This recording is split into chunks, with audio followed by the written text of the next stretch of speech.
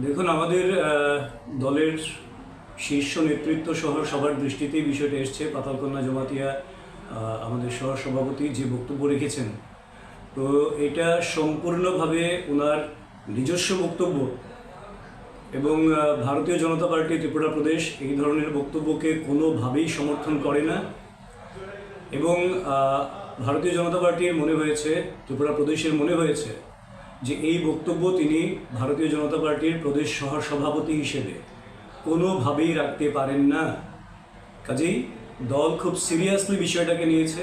শীর্ষ নেতৃত্ব সম্পূর্ণ বিষয়ে বিচার বিশ্লেষণ করে দেখছেন এবং তার কারণ ওনাকে দর্শাতে হবে।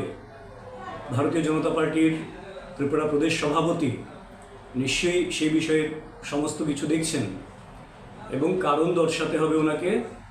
এবং কারণ দর্শানোর পর খুব সিরিয়াসলি ভারতীয় জনতা পার্টি ত্রিপুরা প্রদেশ ওনার বিরুদ্ধে যা যা ব্যবস্থা গ্রহণ করার, কারণ যেহেতু এটা দল সমর্থন করে না এই ধরনের বক্তব্য, আর ব্যক্তিগত পর্যায়ে কেউ সহ সভাপতির মতন দায়িত্বশীল জায়গা থেকে এই ধরনের কথা বলতে পারেন না। কাজেই দল যথোপযুক্ত এবং সুদৃঢ়ভাবে কড়া ব্যবস্থা গ্রহণ করবে, সেটা আমরা নিশ্চিত।